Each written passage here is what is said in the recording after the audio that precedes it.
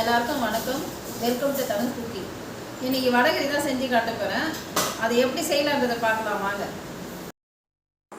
இப்போ வடகறி செய்கிறதுக்கு 1/4 கிலோ கடலைப்பருப்பு 1 மணி நேரம் அதை கழுவி ஊற வச்சு எடுத்து வச்சுருக்கேன். இப்போ இதை மிக்ஸி ஜாரில் போட்டுக்கலாம். இதை போட்டு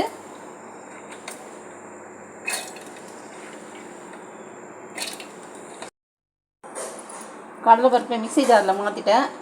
இதில் 2 வரமிளகா கழுவி வச்சுருக்கேன், அதையும் இதில் சேர்த்துக்கலாம். ஒரு சின்ன ஸ்பூனில் 1 ஸ்பூன் சோம்பு, அதையும் கழுவி வச்சுருக்கேன், அதையும் போட்டுக்கலாம். தேவையான அளவு உப்பு.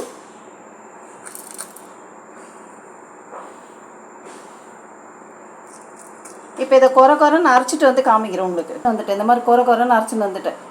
இந்த மாதிரி இது அடை மாதிரி தான் சுட்டு எடுக்க போகிறோம் ஃபஸ்ட்டு. இப்போ தவா காஞ்சிடுச்சு, கொஞ்சமாக எண்ணெய் விட்டுக்கலாம்.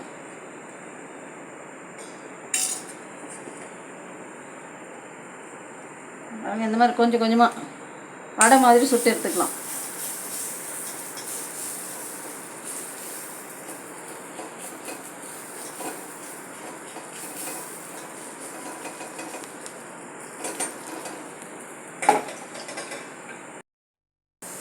பாருங்கள், கொஞ்சம் வெந்தது, திருப்பி போட்டுக்கலாம். இதை திருப்பி கொஞ்சம் எண்ணெய் ஊற்றிக்கலாம்.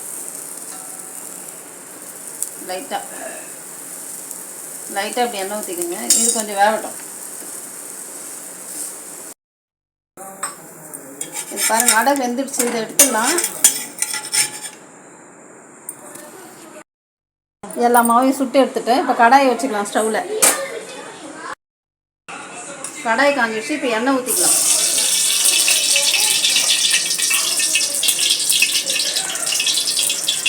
இந்த கரண்டியில் 3 கரண்டி எண்ணெய் ஊற்றிட்டேன். 2 லவங்கம், 1 பிரிஞ்சி இலை, 2 ஏலக்காய், ஒரு சின்ன பட்டை, ஒரு 2 பட்டை.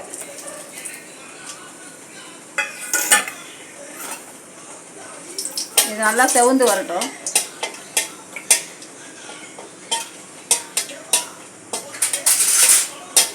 செவந்து வந்துடுச்சு. இப்போ வெங்காயம் சேர்த்துக்கலாம். 2 பெரிய வெங்காயம் நறுக்கி வச்சுருக்கேன், அதை சேர்த்துக்கலாம். இப்போ 2 பச்சை மிளகாய் கீரி வச்சுருக்கேன், அதையும் சேர்த்துக்கலாம்.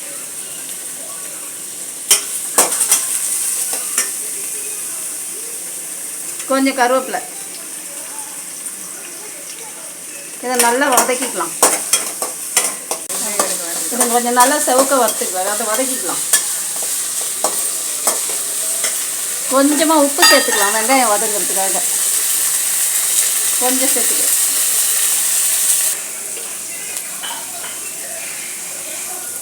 ஒரு ஸ்பூன் வெறும் மிளகாத்தூள், 1 ஸ்பூன் தனியாத்தூள், 1/2 ஸ்பூன் கரம் மசாலா தூள், மஞ்சள் தூள் 1 டீஸ்பூன். இதை நல்லா வதக்கிக்கலாம். வெங்காயம் நல்லா கொஞ்சம் எண்ணெய் பிரியிற வரைக்கும் வதக்கிக்கலாம். எண்ணெய் கொஞ்சம் நல்லா வதங்கிடுச்சு. வெங்காயம், இஞ்சி பூண்டு பேஸ்ட்டு 1 ஸ்பூன்,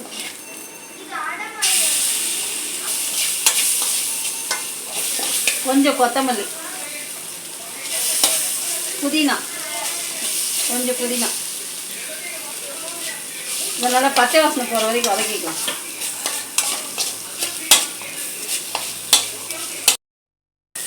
இப்போ பச்சை வாசனை போயிடுச்சு. இப்போ தக்காளி சேர்த்துக்கலாம்.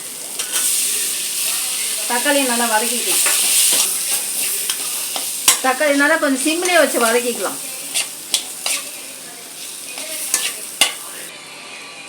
கொஞ்சம் தண்ணி சேர்த்துக்கலாம்.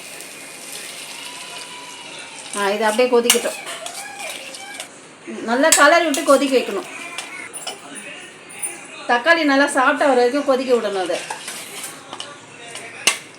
தக்காளி நல்லா கொதி வந்துடுச்சு. இன்னும் கொஞ்சம் நேரம் சாப்பிட்ட வர வரைக்கும் இன்னும் கொஞ்சம் நேரம் கலரி விடலாம். சொல்லு. தக்காளி நல்லா குழஞ்சி வந்துடுச்சுங்க. இப்போ தேங்காய் கொஞ்சம் சேர்த்துக்கலாம். ஒரு 2 பத்தை அந்த தேங்காய் அரைச்சி வச்சுருக்கேன், அதையும் இதில் சேர்த்துக்கலாம். கொதிக்கட்டும். இது ஒரு 5 நிமிஷம் கொதிக்கிட்டங்க. இது தேவையான அளவு இப்போ தண்ணி சேர்த்துக்கலாம். நான் வந்து 5 பேருக்கு செய்கிறேங்க. நான் அதனால் 1/4 கிலோ கடலை பருப்பு போட்டிருக்கேன். நீங்கள் 2 பேர் இருந்தால் 100 கிராம் போட்டால் போதும்.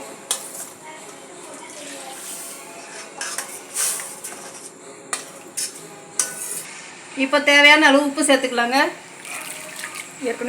ஏற்கனவே வெங்காயம் வதங்கும் போது கொஞ்சம் உப்பு போட்டிருக்கோம். இப்போ நம்ம கொஞ்சமாக பார்த்து போட்டுக்கலாம். இப்போ ஸ்டவ் ஆயில வச்சு மூடி போட்டு கொதிக்க விடுங்க. இதை மூடி வச்சுக்கலாம். இதை கொதிக்கிட்டோம். இது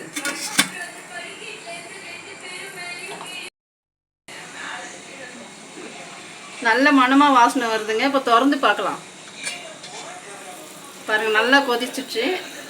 இப்போ நம்ம அந்த அடையை சேர்த்துக்கலாம். இந்த மாதிரி உதுத்து வச்சுருக்கேன். இப்போ அதை சேர்த்துக்கலாம். இந்த மாதிரி உதிரியாக போடுங்க. இப்போ இதை நல்லா கலரி விட்டுக்கலாம். கலரி விட்டு உப்பு கரெக்டாக இருந்தான்னு பார்த்துக்குங்க. இப்போ பத்தலைன்னா உப்பு சேர்த்துக்குங்க. இப்போ கொதிக்குதுங்க. இன்னும் ஒரு 10 நிமிஷம் கொதிக்கிட்டோம். இது மூடி வைக்கலாம். 10 நிமிஷம் பொறுத்து திறந்து பார்க்கலாம். 10 நிமிஷம் ஆயிடுச்சு. இப்போ எப்படி இருக்குன்னு பார்க்கலாம். பாருங்கள், எண்ணெய் பிரிஞ்சு வருது. இப்போ தான் கொத்தமல்லி போட்டு ஆஃப் பண்ணிடலாம் ஸ்டவ்வை.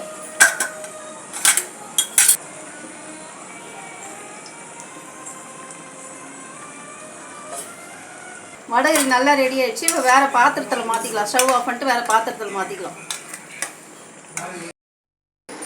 வடகரி ரெடி. இது என் பேத்தி தான் சாப்பிட போகிறாங்க. சாப்பிட்டு எப்படி இருக்குதுன்னு அவங்க சொல்லுவாங்க.